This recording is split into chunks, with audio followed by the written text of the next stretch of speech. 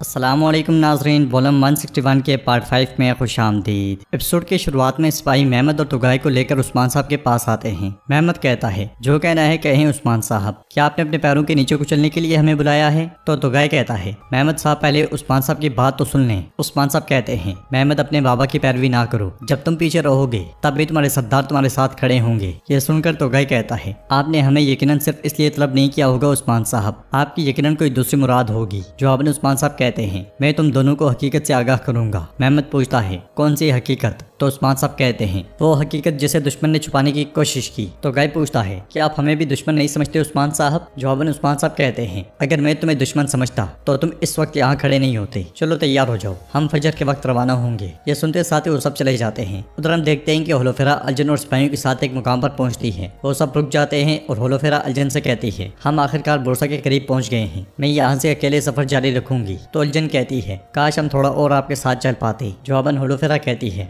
बोरसा के सिपाही आपको ना देखे तो बेहतर है, यहाँ एक दूसरे को अलविदा कहते हैं। अल्जन खातून, आपने हमेशा मेरे साथ बहन जैसा सलूक किया। तो अल्जन कहती है, आप जब से काई कबीले आई हैं काफी अरसे से आपके चेहरे पर मुस्कुराहट नहीं देखी, इंशाल्लाह बोरसा में आप खुश रहेंगी। तो होलोफेरा कहती है, मैंने काइयों के साथ जितना भी वक्त गुजारा बहुत अच्छे से गुजारा, मुझे उम्मीद है कि मेरी रुखसती हम सब के लिए खुशी वाले दिनों का आगाज हो। ये कहते साथ ही होलोफेरा आगे बढ़ते हुए जंगल में दाखिल हो जाती है। नाज़रीन, इसके बाद हम देखते हैं काई कबीले में सरदार इब्राहिम खेमे में दाखिल होते हैं और परेशान होते हुए कहते हैं, अल्लाह अल्लाह, ये तो गाय कहाँ चला गया है? तो मलका कहती है, हुजूर अंतरा भी गायब है, वो हमें इसी तरह एक एक करके कुर्बान कर रहे हैं और हम यहाँ इंतजार कर रहे हैं। इसलिए में हसन वहाँ पे आता है और कहता है, बाला हतून आप दोनों के मुंतजर हैं। तो मलका कहती है, उसे देखो तो जरा, क्या हम जाकर उसके कदमों में गिर जाएं? सरदार इब्राहिम भी कहता है, बाला हतून को जो भी कहना है यहाँ आकर कहें, मैं किसी के पास चलकर नहीं जाता। जवाबन हसन कहता है, बाला हतून का हुक्म है तो आप जाएंगे इब्राहिम साहब, नहीं तो हम आपको जबरदस्ती भी लेकर जा सकते हैं। यह सुनकर सरदार इब्राहिम कहता है, तुम हमारे कैदी होने का फायदा उठा रहे हो? हाँ। ये कहते साथ ही वो तीनों चल पड़ते हैं। जंगल में उलझाई कोनूर और बुरान के पास पहुंचता है।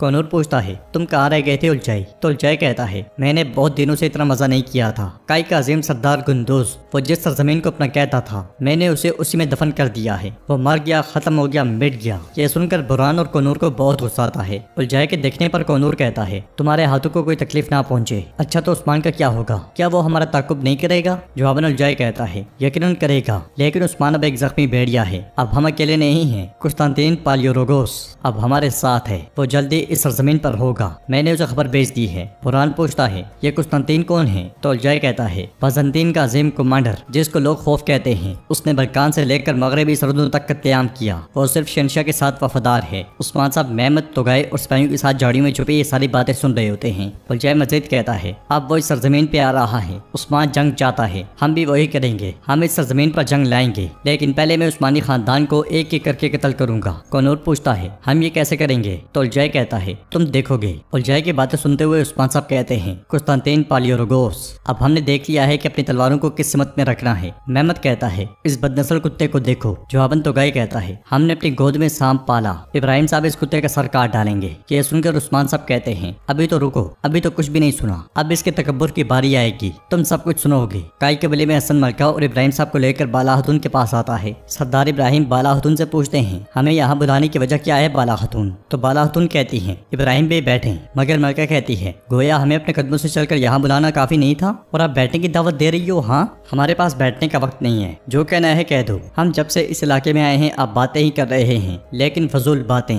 बाला हतून कहते हैं, या तो आप मेरी बात नहीं सुन रहे या आप मेरी बात समझ नहीं रहे। सरदार इब्राहिम कहता है, असल मसला क्या है बाला हतून, ये बताएं। यह सुनकर बाला हतून गोंजा से कहती हैं, गोंजा ऐसा लगता है जैसे थोड़ा सा अंधेरा हो रहा है ना? इन मोमबत्तियों को जला दो, एक दूसरे को बेहतर तौर पर देखने के लिए। यह सुनते साथ ही गोंजा मोमबत्तियों को आग लगा देती है, जिसे देखकर मलका बहुत परेशान हो जाती है, क्योंकि उसने आंध्रा से यहाँ जहरीली मोमबत्तियां रखवाई थी। फिर बाला हतून कहती है, उस्मान साहब उलझाई को लेने गए हैं, वो जाली काजी का मामला। तो सरदार इब्राहिम उनकी बात काटते हुए कहते हैं, बाला हतून ये बात मैं उस्मान साहब से भी कह चुका हूँ, हमारा उस जाली काजी के मामले से कोई ताल्लुक नहीं है, आप मजीद क्या खलत मलत कर रही हैं। जवाबन बाला हतून कहती हैं, अच्छा, तो जाली काजी आपके सरजमीन से आने की खबर भी नहीं आपको? गोंजा उनकी बात आगे बढ़ाते हुए कहती है, और ये कि उसे उसके पिछले मुकदमात से मुतल्लिक अपने शर्मनाक एमाल की सजा दी जा चुकी थी। मोमबत्ती को देखते हुए मलका परेशान होते हुए कहती है, तुम दोनों क्या कहना चाह रही हो? इब्राहिम साहब हम बाहर चलते हैं। ये कहते साथ वो जाने लगती है तो बाला हतून उसे पकड़ लेती हैं और पूछती हैं, आप किस लिए घबरा रही हैं? अपने झूठों से या अपने गुनाहों से। क्या मेरे बेटे को फांसी पर चढ़ाने के लिए तुमने काजी रुकनुद्दीन की रूह कुर्बान नहीं की?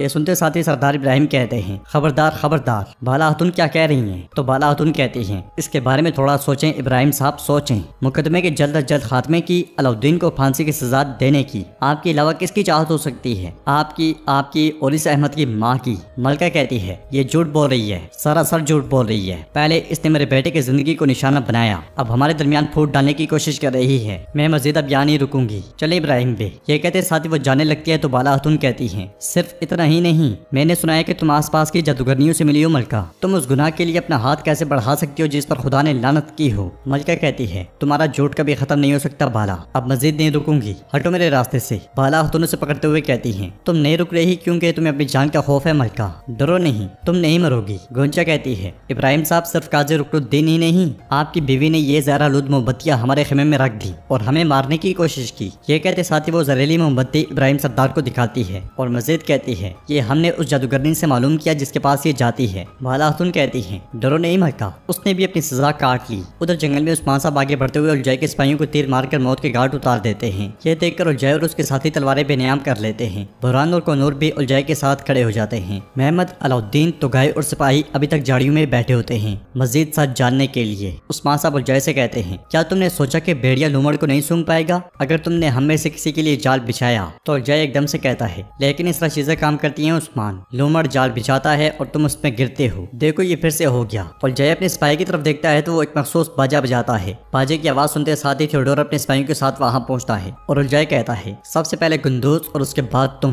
कोई नहीं बचेगा उस्मान। उस्मान साहब पूछते हैं, हमें मौत से डरते हुए कब देखा है? क्या गुंदूज साहब ने तुमसे जिंदगी की भीख मांगी? जवाबन उलझाई कहता है, इल्तिजा से या बहादुरी से आप अंजाम को तब्दील नहीं कर सकते उस्मान साहब, और इस बार आप कुछ नहीं कर पाएंगे, कुछ भी नहीं। मैं ही हूँ जिसने तुम्हारे लिए गड्ढा खोदा। मुझे मालूम था कि तुम मेरे पीछे आओगे। सबसे पहले मैं तुम्हारी लालच से हार गया और अब तुम मेरे सामने हार जाओगे। अहमद को मैंने ही मारा, कराजेसार बाजार पे भी हमला मैंने किया, काजी को अपने हाथों से ही मारा, अब तुम्हें भी मार डालूंगा उस्मान। ये सुनकर तो गए और महमद को बहुत गुस्सा आता है। महमद उठकर जाने लगता है तो अलाउद्दीन से रोकते हुए कहता है, रुके महमद साहब रुके, अभी मजीद सुनना बाकी है। कबीले में सरदार इब्राहिम मलका से कहता है, तुम ये कैसे कर सकती हो मलका, कैसे कर सकती हो ये? क्या तुमने वाकई काजी अफंदी को मरवा दिया? मलका कहती है, मैं कैसे जान सकती हूँ कि मेरे बेटे का कातिल बजंतीनी है या कौन? ये सब दर्द की वजह से है। तो सरदार इब्राहिम चिल्लाते हुए कहते हैं, बस चुप रहो, बकवास बंद करो, तुमने मेरा सर झुका दिया, चुप रहो, मैं अब तुम्हें मजीद नहीं सुनना चाहता। हमें अपने बेटे का कातिल मिल गया। जवाबन बाला खातून कहती है, नहीं मिला इब्राहिम बे, वो कातिल नहीं है, खेल बहुत बड़ा है। तुम्हारे बेटे का कातिल उलझाई कुत्ता है, उसका पट्टा आपके हाथ में नहीं बल्कि किसी और के पास है। ये सब उसी का खेल है और वो तुर्कमानों को एक दूसरे से लड़वाना चाहता है। ये सुनते साथ ही सरदार इब्राहिम और मलका की आंखें खुली की खुली रह जाती हैं और सरदार इब्राहिम उलझाई उलझाई कहता रह जाता है। तो नाजरीन, इसके साथ ही एपिसोड भी इख्तिताम पजीर होती है।